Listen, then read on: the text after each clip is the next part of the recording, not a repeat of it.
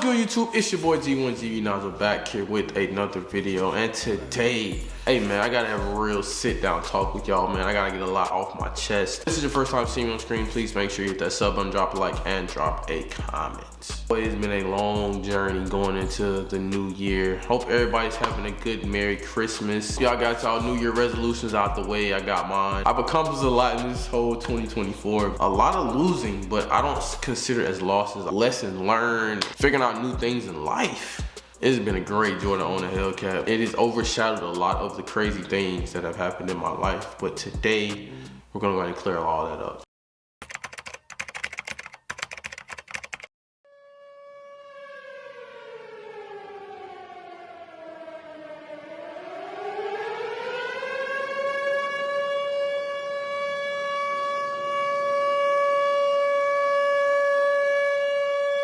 Tonight, a confirmed tornado in LaGrange. Our very own 11 Live John Sherrick chased the path of this storm all the way to LaGrange. And John, you got there just minutes after that storm moved through, and we could see all the damage behind you right there. That home did not stand a chance.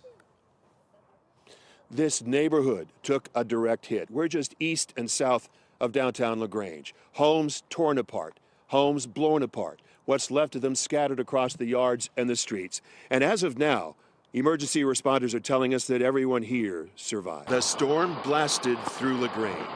In seconds, residents heard the roar, dove for cover. I grabbed my wife, threw her down on top of her in the closet, felt a little air pressure. John Reed says moments later, cracked open the closet door a little bit, and there were no walls in the bedroom. The roof is completely gone.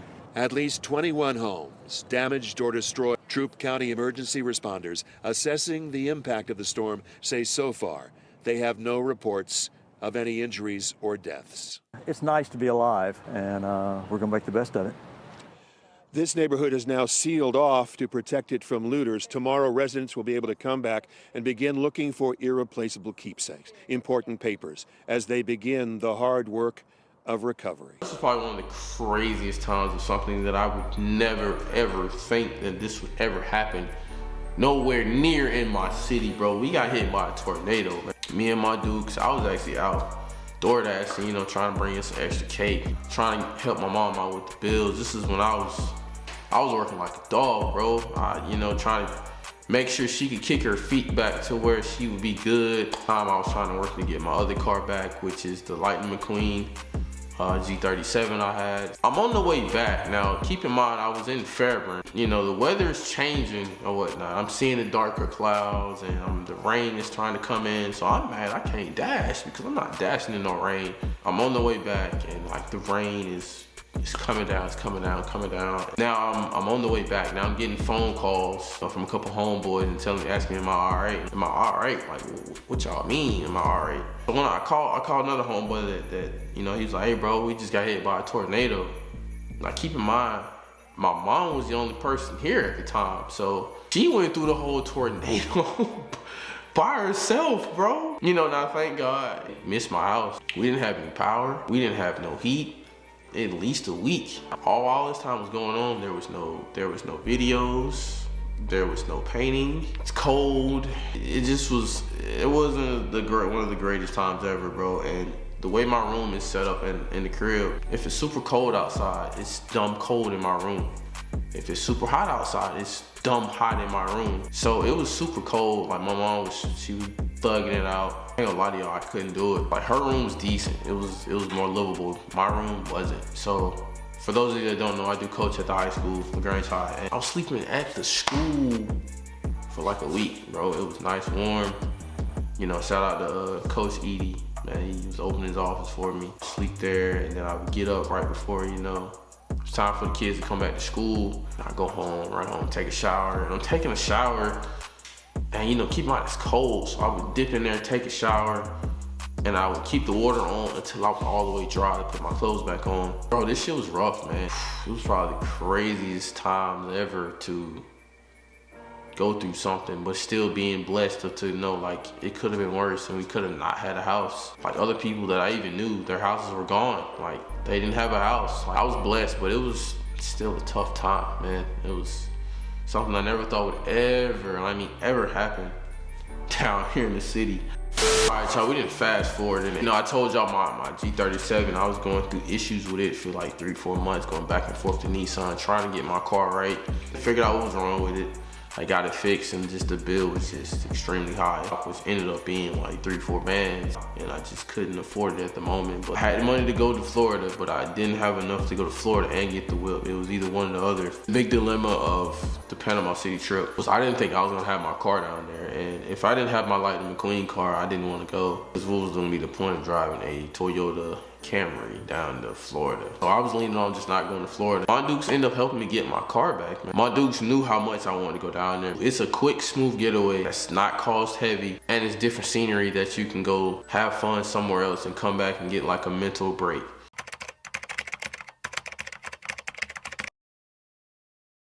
Look at this want to be bike life for a cop, bro. Let's see Joe. Hey, YouTube. Hey, come up. Get in there. Someone finna get rocked. Go.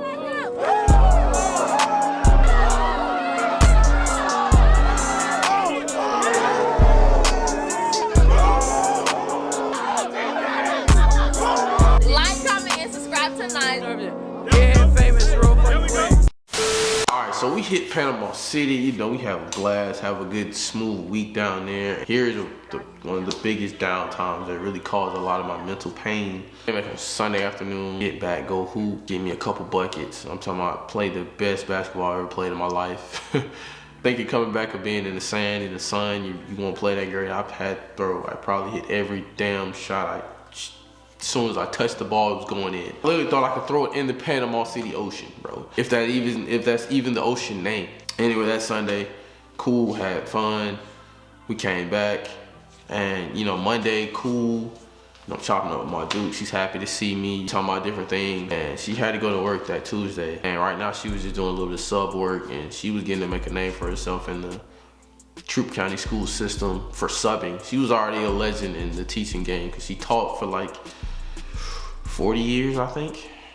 I could be wrong on that, but I think it was like 40 years. Tuesday, she went to complaining about certain things, and I'm like, okay, what do I need to do? What do you need to take?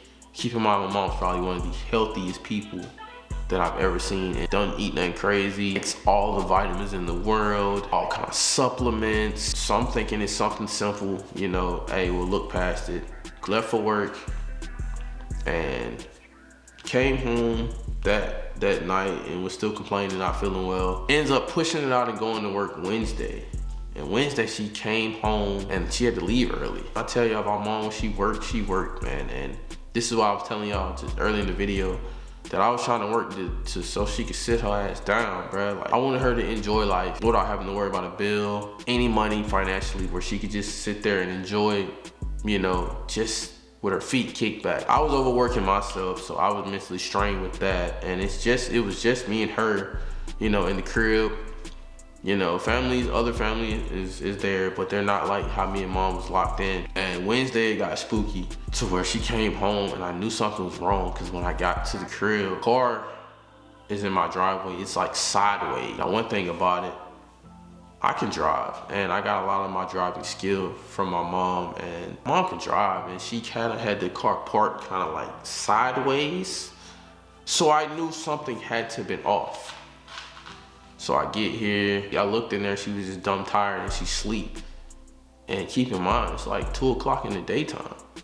Now, on the crazy funny side of this, my mom ain't going to sleep at no 2 o'clock in the day. Oh no, something has to be wrong if she sleep at 2 o'clock in the daytime. She's sleeping, I let her sleep.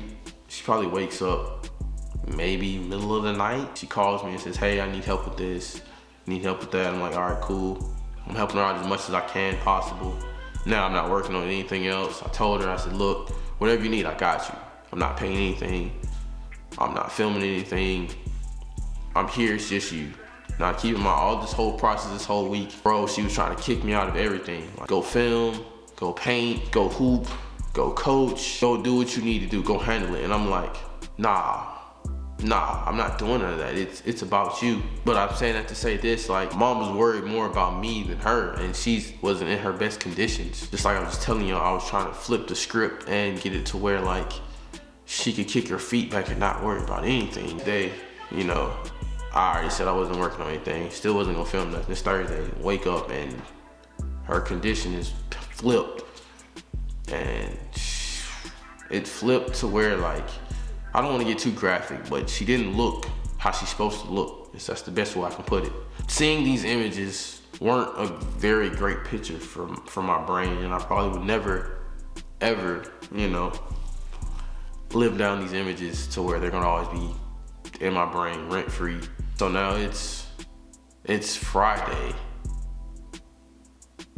and the condition was starting to get a little bit more worse. She started getting sick, like this is the time I'll start like, hey, like, what's really going on here? And she's reassuring me, like, I don't know what it is.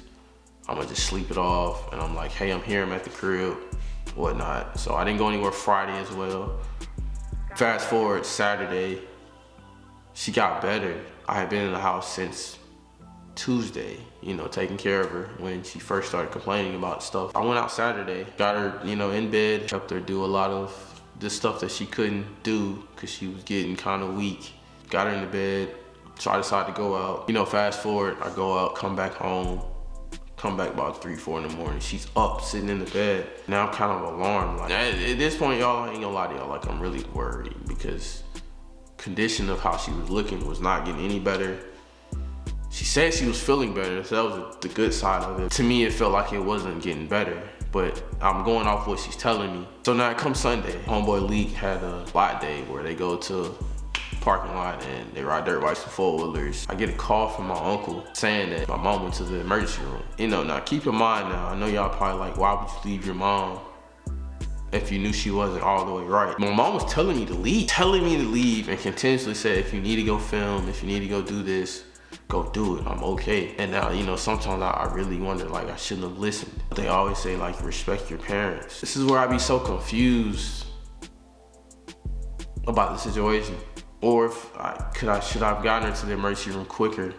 These are questions that I always really think about. This stuff weighs heavy on my brain a lot. So we're at the lot or whatnot, and I'm getting ample phone calls. So now I finally answer my uncle. And he's telling me, like, yeah, she's at the emergency room and she needs a ride. And I told him, I'm like, I'm in Atlanta. And he kind of in his voice was like, why did you go to Atlanta? And I'm like, my mom said she was way better. And this is when I'm like, I'm confused about the whole situation. So I'm telling y'all, like, right now, I don't have the Hellcat. I have the G37. I got that mug and the wind, boy. I'm going like 120 the whole way down there, booking it to make it to the emergency room. Walk in, they doing a couple tests. She glows up when I walk in, happy to see me. And the doctors don't know what's going on. And this was baffling me, bro.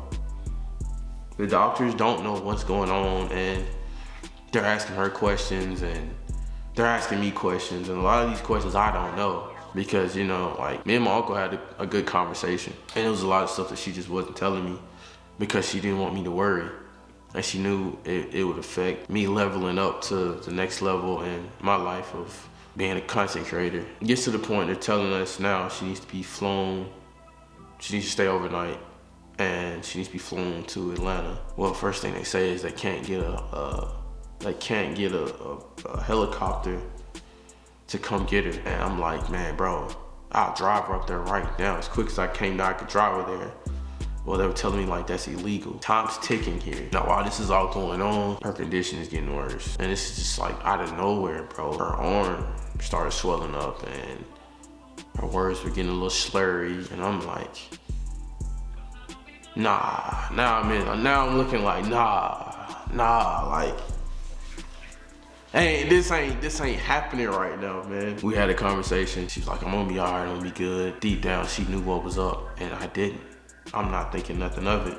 Cause like I told y'all, she's like one of the healthiest people in the world. I'm thinking this is just some serious, you know, something a little bit more serious, but something she can definitely you know, we going home after this or whatever. She hit me with, hey, I'm gonna need you to just go home, make a spend the night back, get ready. And I go home, and I just got the craziest feeling ever. And I get here, take a shower, because, you know, I'm planning on staying the night there or staying the night wherever, so I take a shower, make the spend the night bag, everything, and get back to the hospital, and everybody just has this blank look on their face. So the date of all this is going on, it was April 2nd, and it was like 11:30. They told me she went in for the CAT scan to make sure she was able to travel. She came out unresponsive. A lot of people to this day ask me what happened, and, you know, excuse my language, but I don't fucking know. And neither did the goddamn doctors. Now, as we're there, you know, family's coming up, and I'm just sitting there just still not getting this shit. Like, I'm not understanding it. Now the clock is 12. My birthday is April 3rd. So now I'm sitting in the hospital as the coroner's coming in. We're all waiting. I'm still trying to process all this, and it's my birthday. And I'm watching them wheel my Dukes out with a white sheet over her, bro. Tough, you know, losing a parent at that, but losing a parent on your birthday or the day before your birthday is a whole different feeling, especially when it's just you and her locked in. And especially because I just wasn't where I wanted to be to where I could kick her feet back, man. But, you know, I didn't question God, but I did say, dang, bro, like, timing of that just wasn't the greatest, bro. But now, you know, I accepted it, got all my emotions in check. Now it's time for the funeral. And after the funeral, I thought I was ready to move on, and I wasn't. Ended up wrecking my car.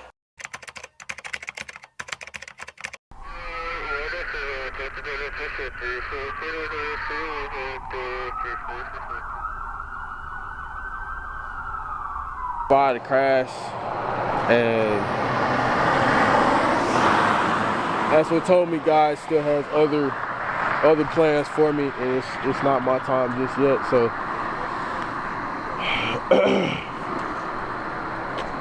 waiting on to get information from the tow truck. They're gonna take my car out of the ravine. Like, if y'all look here, we went right here. You see the tracks, and we went all the way down there, like literally all the way down there. You know. Luckily he ain't hurt, man. He swole the hell. He ain't hurt. I know y'all about can't see it fade. It's real dark. He ain't hurt. I think, shit, my nose, I ain't gonna lie to you, my nose is a little swole, but I think his leg a little bit, you know, a little iffy. But, you know, we some G's. We don't need no ambulance, bro. We just want to go home and get in the bed. I know y'all wondering about down the code, bro. The car is replaceable, bro. I can go get another any G37 and replace it instantly. Get another wrap on it, bro. I can get any car and get another wrap on it. We still got the BMW in store. Not tripping off the car, bro. I'm happy that I'm still here, you know, considering I just put my mom down and everything that's going on, bro. So it was a lot at first, I ain't gonna lie to you. Definitely a reality check. Well, I definitely felt like life was over with after the wreck, and I'm sitting there, you know, my face is swole, I'm bleeding, and y'all already know who the first person I wanted to call, and I couldn't do it. My camera was in the back seat, so I started recording, so that's how y'all was able to see the clip. Feet are in water, I just feel out of it. I'm just not here. And, you know, I actually heard my mom talk to me, and she said, look, this is verbatim, I kid you not, man. She said, look, don't rush to get over what's going on. I'm okay, you know. Take some time to be mentally ready to go out. You're gonna be okay. You're gonna figure it out. I got you. I'm in a better place. And I heard it. You know how you're out of it, and then immediately you like, boom, you snap into it. That's exactly what that feeling was. Like, it was wild, bro. Even the next morning, I had like 3-4 people that knew about the accident, and I told nobody. Like, I had 2-3 people pull up to my crib. I didn't even go to the hospital.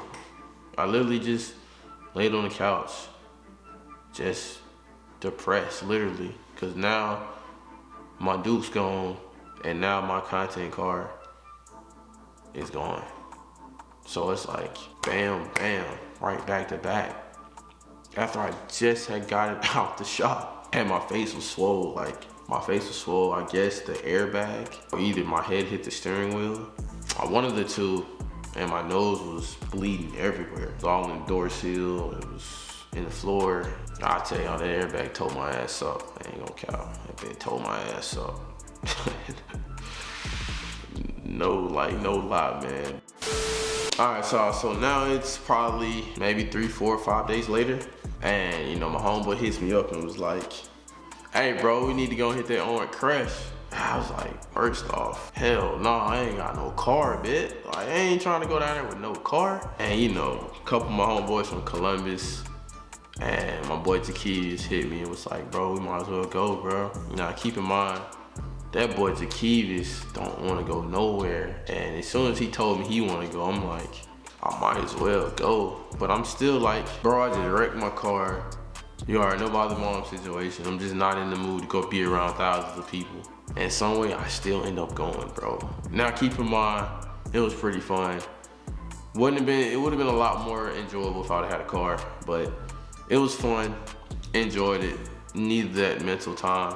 Now y'all gotta check this out also, man. So Kiva's got a Hellcat, right? You know, I'm in the passenger seat of the cat the whole time, man, and I'm looking at all the reactions, people going crazy. And his shit just black and red. Black with a red cat on the side. And I'm like, damn, you know, so I kind of got sad at first. I'm thinking like, man, they eating off these Mopars coming down here.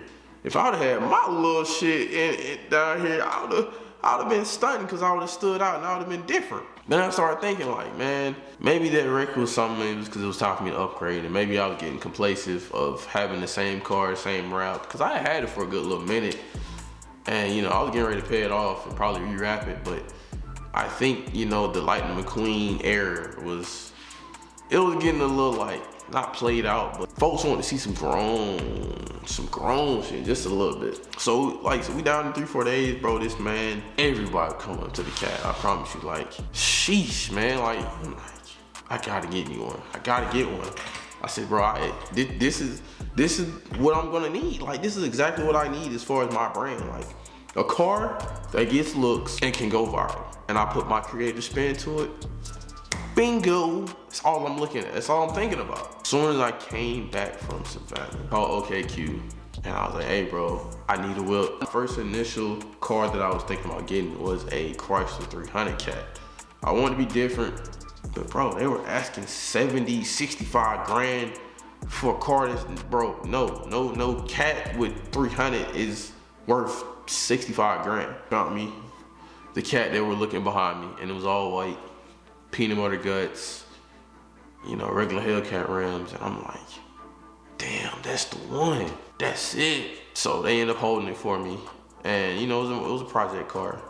You know, if you looked at any of my previous videos, I had to put it together and take the motor out and fix some frame stuff and really get it all the way right how I wanted it before I was able to put my creative wrap to it and reveal it. But it was well worth it. I learned so much about cars, going through the journey of getting everything 100% right. You know, to this day, I tell Jakeeves a lot of the time, like, you really went ahead and sold me on me getting a Hellcat. Cause at first I wanted one, but I was like, nah, I wanna be different. But then once I was just riding with this nigga for like 2, 3 days, I was like, yeah, I need the Cat. I need that bit. Special shout out to my boy OKQ. They held the car for me for at least a good 2 weeks, and they had plenty of buyers that wanted it, but they held it for me. Finally had built it and got it 100% lead where I needed to be. Now it's time to wrap it. I was able to reveal it in the most specialist way. Hey, hell no. They don't try to see out my car with tint, boy. Fuck no. I'm gonna be ran into a pole, boy. So how many jobs you gotta have to pay you? 10K. How many you with? 45. I'm finna go make an account for 45. Hey, like I'm finna go make an account on like everything. Log out, subscribe, log out, make another account, log out, subscribe.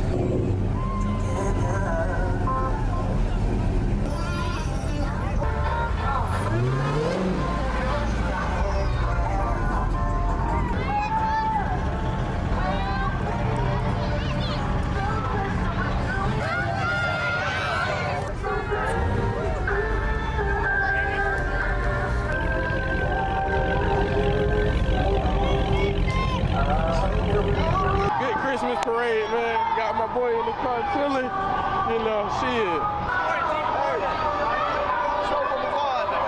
They won't let me burn out, bro. I tell you, put it in neutral. It ain't got to burn out. It ain't got to burn out. They won't let me, bro. They tripping on me. They won't let me burn out, bro. You can't walk straight either. That's why it's in there. That's why they said it. Oh, my bad, bro. Thank you,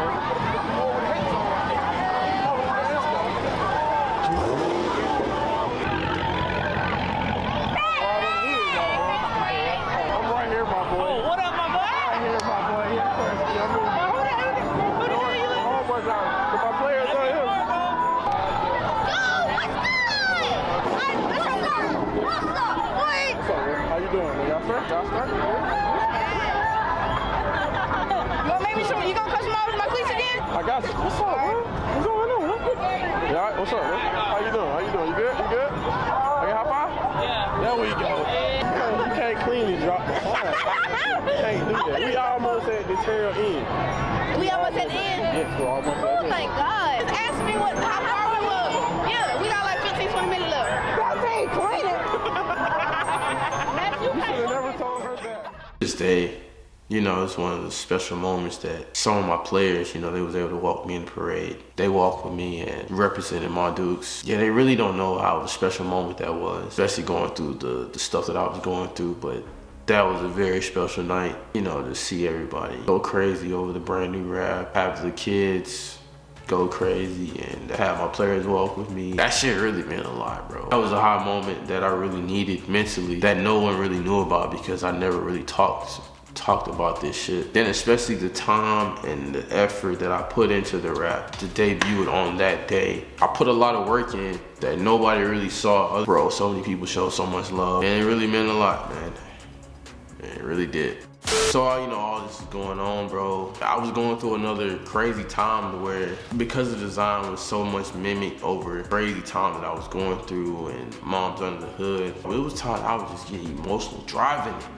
Like bad, thinking about like how proud she would be to see what I've accomplished, how amazed she would be of the design, how it was created and how it was done, and what would she think and how would she react when she saw it, and the fact that she don't get to see it in real time. So around the time, you know, I was going over to my uncle's house and we were having deep, long conversations. He was a real car head and I would go over there and ask him questions and he'd tell me about the car he's building, and this was probably 2-3 months. I'm doing this continuously. Hop over and, you know, talk to him for at least a couple hours. Craziness out of nowhere, bro. We're all car heads in my family. My granddad, when he was here, he had his own car shop. My uncle that does have his own car shop, he does actually still work on cars to this day. Like, my family's full of car gearheads. Ended up losing his life on a street race that shouldn't have even happened. More about what authorities call a drag racing incident in Troup County, leaving 2 people dead and multiple people injured from a car accident that happened last night. Newsletter 9's Gabriella Johnson is back from Troup County, joins us live in our newsroom. So Gabriella, tell us what you found out about the victims here and the cause of this wreck. Jason, Georgia State Patrol attributes the accident to drag racing Sunday night. Troup County Coroner Aaron Hackley confirms 2 men, Corey Maddox and Matt Toledo, Base, both of LaGrange, as the victims. One of the victims was a driver of one of the cars racing at Antioch and Tuning Roads. The other, we're told, was a spectator. And it is believed that he was a bystander standing at a parked vehicle on the side of the road. Aaron Hackley is referring to 42-year-old Corey Maddox, who she says was killed Sunday night while watching an alleged drag racing by 2 cars in LaGrange. One car, believed to be a S10 Chevrolet, hit a Chevrolet Trailblazer that's believed to be a spectating car. Maddox, another adult, and 2 children were the ones injured. The second victim who died is 47-year-old Matalito Base. The street race shouldn't even taken place. One that actually wrecked was not built for the street. It was only a drag. It was a drag truck. This wasn't even the main road that they normally race on. It was more of a gravel road instead of the smooth asphalt. And the truck ended up running off the road, hit another truck, and that truck struck the truck that my uncle was in, standing outside of. And I'm not gonna disclose of why he and how he passed, but y'all can put 2 and 2 together. But now this was like the 3rd person to get taken away from me in just a short span of time.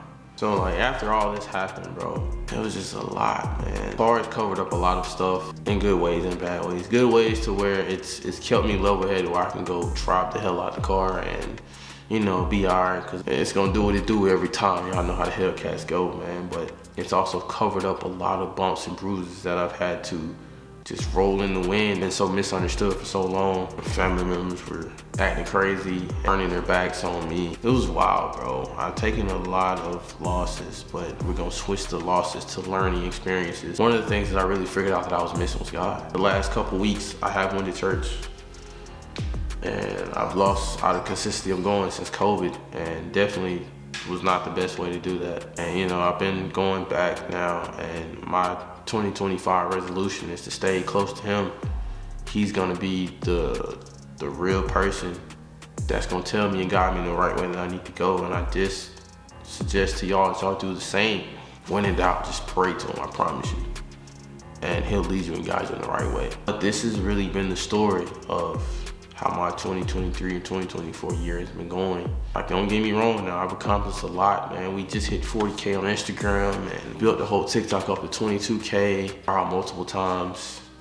I just haven't really been able to enjoy it because I just haven't mentally been right. I'm in a way better mental space now. Hope y'all guys have really enjoyed this video. That's gonna be all for this one. Make sure y'all do all the good stuff. Y'all like, comment, and subscribe. Make sure y'all boys follow me on all the socials. Instagram, TikTok, Snap. It's all down below in the description. And until next time, y'all gotta stay safe out here. Bless up.